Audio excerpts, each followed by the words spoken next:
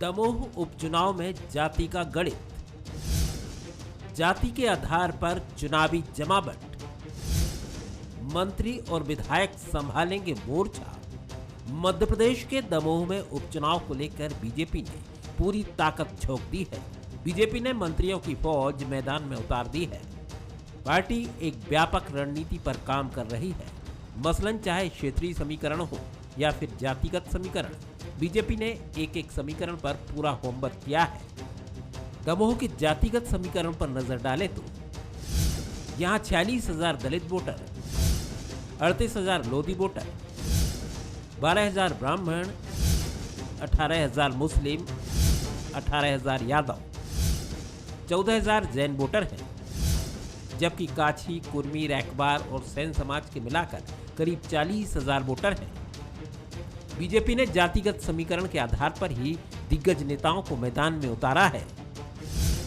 ब्राह्मण समाज को साधने के लिए मंत्री गोपाल भार्गव, एससी वोट के लिए मंत्री प्रभुराम चौधरी, कुशवाहा वोटों के लिए भारत सिंह कुशवाहा, यादव वोटों के लिए सांसद केपी यादव, राजपूत वोट के लिए मंत्री गोविंद सिंह राजपूत और मंत्री भूपेंद्र सिंह मोर्चा संभाले हुए हैं। बीजेपी ने बूथ स्तर पर भी कार्यकर्ताओं की एक बड़ी टीम तैयार की है। भारतीय जनता पार्टी का संगठन इस चुनाव को लड़ रहा है और संगठन ही चुनाव लड़ता है और संगठन ही चुनाव जीतता है। इसलिए भारतीय जनता पार्टी के सभी कार्यकर्ता अथक मेहनत के साथ माननीय मुख्यमंत्री जी से लेकर के हमारे बूथ स्तर तक के सभी कार्यकर्ता ताकत के साथ मैदान में उतरे और ऐतिहासिक मतों से हम इस चुनाव को जीतेंगे। कांग्रेस का दावा है कि बीजेपी की इस रणनीति पर उसके मुद्दे हावी रहेंगे। हालांकि कास्ट फैक्टर पर कांग्रेस भी काम कर रही है। 14 अप्रैल या उससे पहले पीसीसी चीफ कमलनाथ भी सोशल इंजीनियरिंग का गणित बैठाने दमोह का दौरा करेंगे। ब्राह्मण वर्ग है वहाँ पर, काफ़ी तादाद में 32,000 वोट हैं। तो 3 ब्राह्मण नेताओं को वहाँ स्टार प्रचारक बनाए। माइनॉरिटी है तो माइनॉरिटी वाले भी हैं, SC ST OBC सभी को किया है।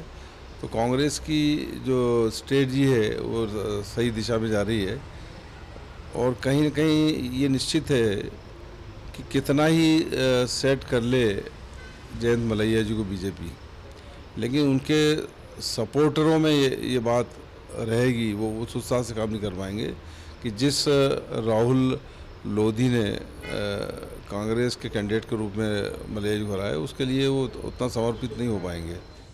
इसमें दो राय नहीं कि बीजेपी संगठन जनता की नब्ज समझते हुए व्यापक घेराबंदी कर लेती है।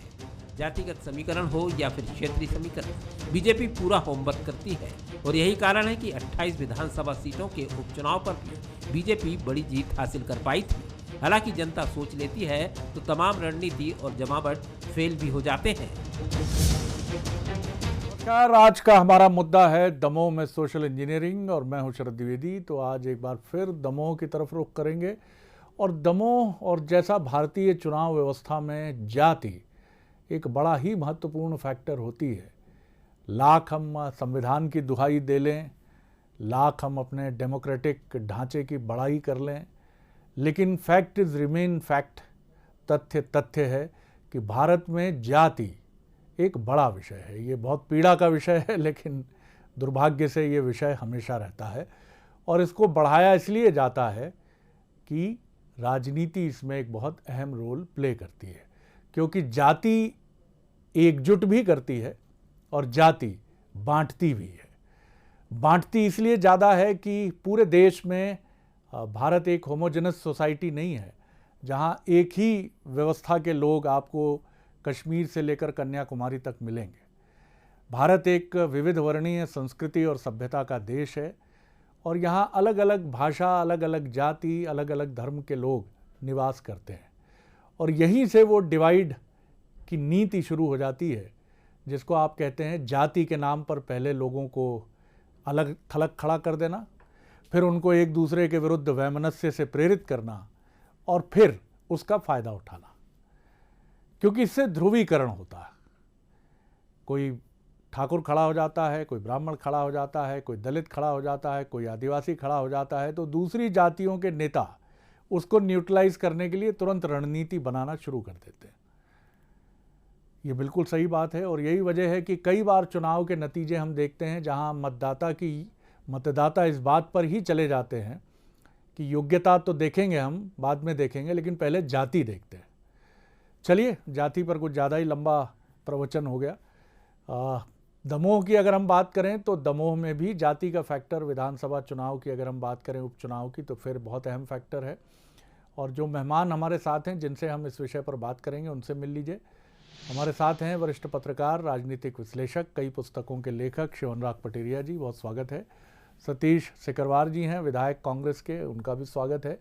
और आशीष शर्मा जी हैं, वरिष्ठ विधायक बीजेपी के, उनका भी मैं स्वागत करता हूं। पटेल साहब, पहली आपकी टिप्पणी लेकर मैं आगे बढ़ता हूं। किस तरह देखते हैं आप, अध्यात्म या संत समाज में तो कहा जाता है जाति न पूछो साधो की, लेकिन राजनीति में कहा जाता है सबसे पहले जाति पूछिए, किस जाति वर्ग का है। ये कटु सत्य है लेकिन सत्य है। किस तरह आप देखते हैं, और अब क्या आप मानते हैं कि कास्ट इक्वेशन एक बहुत बड़ा रोल दमोह में प्ले कर सकता है? निश्चित तौर पर राजनीति में जाति एक बहुत बड़ी ताकत है, लेकिन जाति से बड़ी ताकत धर्म हो जाता है।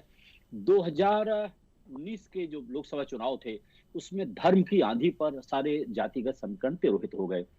दूसरा, 18 में बात करें तो हरदीप सिंह डंग, वहां सरदारों की पॉपुलेशन 100 से भी ज्यादा नहीं होगी, वो चुनाव जीते थे और बाद में बाई इलेक्शन में भी अच्छे मतों से जीते। तो कई बार जाति काम करती है और कई बार नहीं करती है। दरअसल जाति के साथ हम सुविधा तलाशते हैं, जातियां अपने नेता तलाशती हैं और नेता अपनी जातियां तलाशते हैं। सबसे बड़ी बात यह है।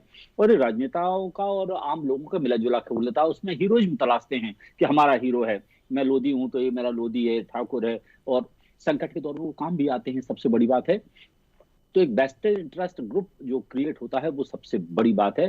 दूसरी सबसे बड़ी बात है, एक आदर्श स्थिति तो होना चाहिए कि जाति ना पूछो साधु की, लेकिन सारे साधुओं की जातियां मालूम है। जब संकट खड़ा होता है तो वो कह रहे वो जो साधु हैं वो तो ओबीसी से आए हैं, ये पंडित जी हैं हमारे। तो बहुत आदर्श और यथार्थ में शरद जी बहुत बड़ा फर्क है। राजनेता और राजनीतिक दल अपनी सुविधा के लिए जातियों के गड़े तलाशते हैं, और मुझे लगता है कि इसमें आम लोग भी बड़ी दिलचस्पी लेते हैं, हम लोग भी दिलचस्पी लेते हैं कि दमोह में चले जाइए 40-50 हजार वोट अनुसूचित जाति के होंगे, कोई कहता है 14-15 हजार ब्राह्मणों के होंगे, कोई बच्चों कहते हैं 14 हजार जैनों के होंगे। तो कितने क्या होंगे, लेकिन सबसे बड़ी बात है कि एक बार एक माहौल, एक परसेप्शन खड़ा होता है और परसेप्शन के आधार पर बहुत सी चीजें तय होती है। तो मुझे लगता है जाति भी है, धर्म भी है, वर्ग भी है, वर्ण भी है, और सबसे बड़ी चीज है कि आपकी स्ट्रेटजी क्या है। बिगर इशूज के सामने जातियां कई बार डह जाती हैं। सरज जी, मैं ऐसे 10 उदाहरण अपने जीवन में मैंने देखे हैं। बिल्कुल आपने सही कहा, लेकिन जाति एक बड़ा फैक्टर है, इससे इनकार नहीं किया जा सकता। और इसके लिए मतदाता भी दूध के धुले नहीं हैं, वो बड़े मासूम ज़रूर बने रहते हैं, लेकिन ये सारा गणित जो रचा जाता है ये मतदाताओं के लिए ही रचा जाता है, और वो भी बड़ी आसानी से इसको स्वीकार करते हैं और उस पर मुहर भी लगाते हैं। नहीं तो क्यों ये जो चक्र है ये भारतीय राजनीति व्यवस्था में चला आ रहा है। बहरहाल आशीष जी, आप किस तरह देखते हैं? बीजेपी ऐसी पार्टी है जो दावा बराबर करती है कि जाति से वो दूर है, लेकिन राजनीति में कास्ट इक्वेशन इसीलिए बात होती है कि हर दृष्टि से सब जो उम्मीदवार चुना गया है चुनाव लड़ने के लिए वो जाति समीकरण पर भी फिट है, स्थानीय समीकरण पर भी फिट है। बहरहाल आप क्या ताकत देखते हैं? और अगर कास्ट की भी मैं बात करूं तो बीजेपी का मामला फिट है? देखिए, मैं ऐसा मानता हूं जी, पिछले 28 जो उपचुनाव हुए उसमें भी कांग्रेस की तरफ से ये कहा गया कि जो भारतीय जनता पार्टी के स्थापित नेता उस विधानसभा क्षेत्र के हैं, कहीं ना कहीं वो विरोध करेंगे और भारतीय जनता पार्टी की हार होगी। लेकिन पूरे मध्य प्रदेश ने, पूरे देश ने भारतीय जनता पार्टी की संगठन की क्षमता को देखा कि किस तरह हमने कांग्रेस से आए हुए लोगों को भारतीय जनता पार्टी के कार्यकर्ता के रूप में न सिर्फ चुनाव जिताया, बल्कि बहुत बड़े मार्जिन के साथ हम कई विधानसभा क्षेत्रों में चुनाव जीते। भारतीय जनता पार्टी, जहां दमोह उपचुनाव का मामला है, निश्चित ही राजनीतिक क्षेत्र में जातिवाद की एक व्यवस्था पिछले कुछ वर्षों से प्रवेश कर गई है। उत्तर प्रदेश के जरिए मध्य प्रदेश में भी कई जगह हमको देखने के लिए मामला आता है। लेकिन मैं ऐसा मानता हूं कि सिर्फ जातिवाद के आधार पर वोटों का ध्रुवीकरण नहीं होता। मध्य प्रदेश में भारतीय जनता पार्टी की संगठन क्षमता बहुत अच्छी है। दमोह में भी हम इस संगठन क्षमता का लोहा आने वाले चुनाव में मनवाने वाले हैं। और जहां तक शिवराज जी की सरकार के विकास के कार्यों को मध्य प्रदेश की जनता ने देखा है, सराहा है, और इन सब परिस्थितियों के कारण, सकारात्मक वातावरण के कारण हम दमोह का चुनाव भी बहुत अच्छे से जीतेंगे। जहां तक बात है जातीय आधार पर वोटरों को साधने की, तो मैं ऐसा मानता हूं कि ये समस्त राजनीतिक दल इस विषय में काम करते हैं, पर भारतीय जनता पार्टी के एक कार्यकर्ता होने के नाते मैं ये कहता हूं कि भारतीय जनता पार्टी में जब भी प्रत्याशी चयन किया जाता है तब सबसे पहले उसकी जीतने की संभावना को देखा जाता है, पार्टी के प्रति उसके समर्पण को देखा जाता है, और बाकी सब उसके पीछे छोटी मोटी चीजें हैं, क्योंकि संगठन की क्षमता पर भारतीय जनता पार्टी को पूर्ण भरोसा है कि हम कैसे भी इस चुनाव को एक अच्छी रणनीति बनाकर जीत लेंगे। इसलिए कई बार पार्टी ऐसे निर्णय भी लेती है जो लोगों को लगता है कि पार्टी ने इनको चुनाव क्यों लड़ाया, लेकिन भारतीय जनता पार्टी का कार्यकर्ता जब एकजुटता के साथ लग जाता है तो आशानुकूल परिणाम निकाल लाता है। सतीश जी, आपने सुनी वरिष्ठ पत्रकार पटेरिया जी की भी बात और आशीष जी की भी बात। क्या कहेंगे आप? दमोह चुनाव में फिर आपने अपने पुराने चेहरे पर भरोसा जताया है, टंडन जी जो गुरु भी रहे हैं राहुल लोधी जी के। क्या कहेंगे आप दमोह की संभावनाओं को? और जाति समीकरण पर भी एक टिप्पणी अपेक्षित है आपकी। जी सिकरवार साहब। नहीं, निश्चित रूप से राजनीति में के माध्यम से पिछले लगातार 10, 15, 20 वर्षों में मैंने देखने को मिला है कि जातीय आधार पर अब पार्टियां टिकट भी दे रही हैं और जातीयता को बढ़ावा भी दे रही हैं, और ये तय कर करके दे रही हैं कि कहाँ किस समाज के कितने वोट हैं, उस जाति को टिकट दे रही हैं पार्टियां। तो अभी जातिवाद को जो बढ़ावा मिला है उसमें अच्छे नेता पीछे हो गए हैं और जाति आगे आ गई है। इसलिए अब जाति के आधार पर तो सभी पार्टियां अपना काम कर रही हैं, लेकिन मैं आपको दमोह उपचुनाव के बारे में बताना चाहता हूं। दमोह चुनाव में कांग्रेस पार्टी की विजय होगी, और जिन लोगों ने कांग्रेस पार्टी के साथ धोखाधड़ी की है, कांग्रेस पार्टी के चिन्ह पर जीत के गए हैं और उन्होंने भारतीय जनता पार्टी का दामन थामा है, उन्हें जनता सबक सिखाएगी और जनता कांग्रेस पार्टी को विजयश्री पुनः दिलाएगी। इससे 2018 के चुनाव में भी कांग्रेस पार्टी यहाँ से जीती थी। आपने देखा पूर्व में, मैं यहाँ खुद गवाह हूँ कि पार्टी ने 18 में भी यहाँ जनता ने कांग्रेस को जिताया और अभी 2020 में भी कांग्रेस को जिताया। अभी दमोह में 2021 में भी निश्चित रूप से कांग्रेस पार्टी की विजय होगी। जनता ने आपको जिस आधार पर जिस पार्टी के सिंबल पे मैंडेट दिया था, जनता पुनः उसी पार्टी को विजयश्री दिलाएगी। इस समय प्रदेश में क्या हालत है, पूरे देश में महंगाई की क्या स्थिति है, जनता की ये नब्ज टटोल ही नहीं पा रहे। अभी आम आदमी डर और भय का, आतंक का वातावरण इन्होंने बनाया है। किसी जमाने में हम डाकुओं का नाम सुनते थे, माधव सिंह और मोहर सिंह का आतंक था। आज भारतीय जनता पार्टी का ईडी सीडी सब इन्होंने झोंक दिए। लोग भयभीत है, कह नहीं पा रहे, लेकिन महंगाई के कारण लोग त्रस्त हैं। पेट्रोल का भाव देखिए, डीजल का भाव देखिए, गैस सिलेंडर का क्या भाव हो रहा है, खाने के तेल की क्या स्थिति है, दाल की क्या स्थिति है। आम आदमी 2 वक्त का खाना भी भरपूर नहीं खा पा रहा है। ये भारतीय जनता पार्टी के शासन में जो स्थिति है, आम जनता महंगाई को भी मुद्दा है और आम जनता इस बार कांग्रेस पार्टी को दमोह में चुनाव विजयश्री दिलाएगी, आप निश्चित मानिए। चलिए अब ये भी मुद्दा चलेगा जी, केवल महंगाई। पटेल साहब ये बताइए मुझे कि बात चल रही है कि सिंबल महत्वपूर्ण रहेगा, ये दावा कर रही है कांग्रेस। सतीश सिकरवार जी ये दावा कर रहे हैं। किस तरह से आप देखते हैं कि क्या कांग्रेस का सिंबल, ये बात सही है कि इस देश में पॉलिटिकल पार्टी के सिंबल बड़े इम्पॉर्टेंट होते हैं और यही वजह है कि अनाम या अनजानी कॉन्स्टिट्यूंसी से कई बार कई बड़े नेता भी इसलिए लड़ते हैं कि वहाँ उनके चेहरे से ज़्यादा पार्टी का सिंबल इम्पॉर्टेंट होता है। और ये हमने देखा है पूरे देश में बड़े बड़े नेता, इसीलिए चाहे वो मध्य प्रदेश भी आए हों या केरल भी गए हों, तमाम ये चीज़ें चलती रहती हैं। दमोह के परिप्रेक्ष्य में आपको क्या लगता है, सिंबल वर्सेस बीजेपी का मजबूत संगठन सामने है, निश्चित तौर पर मजबूत कड़ी लड़ाई है, इसे आप किस तरह देखते हैं? शरद जी, निश्चित तौर पर हर पार्टी का अपना बेस वोट बैंक होता है, आधार वोट होता है, जो आप 25 से 30% से लेकर 40% के आसपास तक देते हैं। इन दोनों बीजेपी का जो वोट बैंक है कांग्रेस से 6 से 11% ज्यादा बढ़ा है। ये फैक्ट है, कुल मिला के आप तकनीकी आंकड़े देख लीजिएगा। दरअसल वोट जो बेस वोट बैंक है, अगर वो खिसकता है तब पार्टियों में के आंकड़ों में रद्दोबदल होता है। लगभग अगर मैं गलत नहीं हूं तो दमोह विधानसभा क्षेत्र से 7 बार बीजेपी जीती है। पहले मेरे को 6 का आंकड़न, 6 बार कांग्रेस जीती है, 2 बार निर्दलीय जीती है। तो लगभग बराबर की स्थिति है। सबसे बड़ी बात है कि मलैया जी के समर्थक किस तरह से बिहेव करते हैं, इस पर चुनावी जीत हार का समीकरण बन सकता है। दूसरा, कहीं लोधियों के खिलाफ अन्य जातियों का एक पोलराइजेशन ना हो जाए। सबसे बड़ी बात है, जब एक किसी जाति को आप प्रोटेक्ट करते हैं तो बाकी जातियां, वहां एक बड़ा समीकरण बनने की संभावना जो मुझे लगती है कि हो भी सकती है। ब्राह्मण, जैन और अल्पसंख्यक अगर ये हो जाते हैं तो लगभग इनका जो वोट है वो 40-45 हजार के आसपास तक पहुंच जाता है।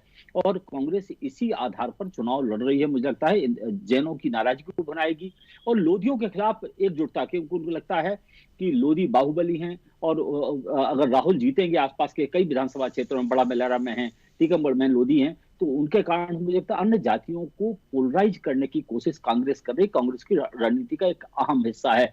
इसलिए अन्य जातियों के नेताओं को भी दमोह में उतारा गया है, चाहे प्रभुराम चौधरी हो, चाहे भूपेंद्र सिंह हो, चाहे गोपाल भार्गव हो। मुझे लगता है सारी चीजों को देखते परखते हुए केपी यादव हैं गुना के, उनको भी यादवों के लिए उतारा गया है। तो हर जाति अपना अपना खेल कर रही है। जी आशीष जी, मैं ये तो अपेक्षा नहीं रखता कि जाति की चर्चा ना हो, और ये संभव भी नहीं है। और जो प्रमुख रणनीतिकार हैं चुनाव के, वो इस पर अपनी विशेषज्ञता और अपनी पीएचडी के साथ सामने आते ही हैं। लेकिन अगर मैं आपसे ये पूछूं कि दमोह में आपका पलड़ा भारी है, तो क्यों है? इसमें क्या दलील देंगे आप?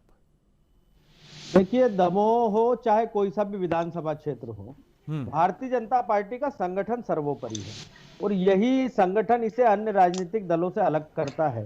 भारतीय जनता पार्टी का कार्यकर्ता वर्ष भर, पूरे 5 साल अपने मतदान केंद्र पर, अपने मंडल में, अपने जिले में भारतीय जनता पार्टी की मजबूती के लिए काम करता है। और जब संगठन को आवश्यकता होती है, जब चुनाव का समय आता है, तो हम अपने, अगर किसी प्रत्याशी का या किसी परिस्थिति ऐसी बन रही हो जिसके कारण कोई कार्यकर्ताओं में छोटी मोटी नाराजगी भी होती है, तो उसको हम कंट्रोल कर लेते हैं। उससे हम कार्यकर्ता से संवाद स्थापित करके उसको समझा के और पार्टी के जीत के अभियान में लगा देते हैं।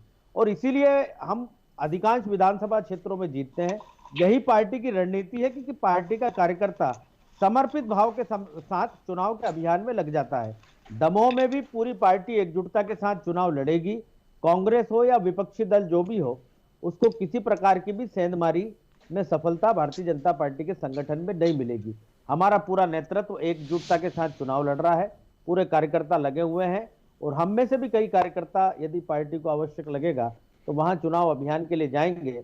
मुझे विश्वास है कि भारतीय जनता पार्टी का संगठन इस चुनाव को बहुत बड़े अंतर के साथ जीतेगा। सिकरवार साहब, सुना आपने बीजेपी का दावा। आशीष जी बहुत आत्मविश्वास से भरकर खम ठोक रहे हैं कि इन कारणों के चलते दमोह ही नहीं बल्कि मध्य प्रदेश की अधिकांश विधानसभा सीटों का भी वो दावा कर रहे हैं। और इस दावे को खारिज तो नहीं किया जा सकता है, क्योंकि बीजेपी की संगठन शक्ति और ताकत और रणनीति अब तक बीते 3 चुनाव सहित उपचुनाव जो है 2018 को छोड़ दें अगर, उसमें भी बड़ा मामूली अंतर था, तो हमेशा कांग्रेस पर भारी पड़ा है। तो ये 15-17 वर्षों का ये अनुभव तो बताता है कि बीजेपी का पलड़ा भारी है। और वैसे भी माना जाता है कि उपचुनाव सरकार की तरफ जाते हैं। इन परिस्थितियों में कांग्रेस की उम्मीद का आधार क्या है? क्या आप ये मान रहे हैं बार बार कि राहुल लोधी जी ने जो दल बदल का फैसला किया है वही आपकी जीत का आधार बनेगा? तो इसमें कितना दम होगा, ये नतीजे तक रुकेंगे हम? जी जी देखिए, भारतीय जनता पार्टी ने पिछले 15 वर्षों में विकास तो कुछ किया नहीं है। अब बीजेपी जातिगत आधार पर लोगों को लड़ाकर बांटना चाहती है। इसलिए बीजेपी ने अलग अलग जातियों के नेताओं को दमोह में उतारा है। ये जातियों के आधार पर बीजेपी लोगों को लड़ाना चाहती है, बांटना चाहती है। लेकिन आप भरोसा रखिए, मध्य प्रदेश की जनता इनकी सब कारगुजारियों को समझ चुकी है। अब मध्य प्रदेश में भारतीय जनता पार्टी के जो प्रत्याशी दमोह में चुनाव लड़ रहे हैं वो निश्चित रूप से हारेंगे। उन्होंने कांग्रेस पार्टी के साथ तो धोखाधड़ी की है, साथ में ही उस जनता के साथ भी धोखाधड़ी की है जिस जनता ने उन्हें कांग्रेस पार्टी के मैंडेट पर चुनाव जिताकर भेजा था। मैं आपको ये कहना चाहता हूँ कि अगर इनका संगठन इतना मजबूत है तो छत्तीसगढ़ में क्यों कांग्रेस पार्टी की सरकार बन गई, राजस्थान में क्यों बन गई? 15 साल से आप सत्ता में थे, 15 साल आपने काम किया, 15 साल आपका संगठन भी बूथ स्तर पर लगा रहा और मध्य प्रदेश में भी लगा रहा। सिकरवार छत्तीसगढ़ में कांग्रेस ने एकजुट होकर चुनाव लड़ा ठीक और है, मध्य प्रदेश की तरह विवाद नहीं थे छत्तीसगढ़ में। मध्य प्रदेश में कांग्रेस में जो विवाद थे शीर्ष स्तर पर नेतृत्व को लेकर भी मध्य प्रदेश जी कोई विवाद नहीं है। मध्य प्रदेश में जो विवाद था अब वो विवाद भारतीय जनता पार्टी में चला गया है। अब कांग्रेस पार्टी पूरी एकजुटता के साथ एक साथ खड़ी है और एक साथ चुनाव लड़ेगी और कांग्रेस पार्टी निश्चित रूप से दमोह उपचुनाव जीतेगी। आप निश्चित मानिए, सारे बंधनों को, सारी जातियों को, सारे उसको तोड़ते हुए कांग्रेस पार्टी दमोह का चुनाव जीतेगी। क्यों? ये चुनाव दमोह की जनता लड़ रही है।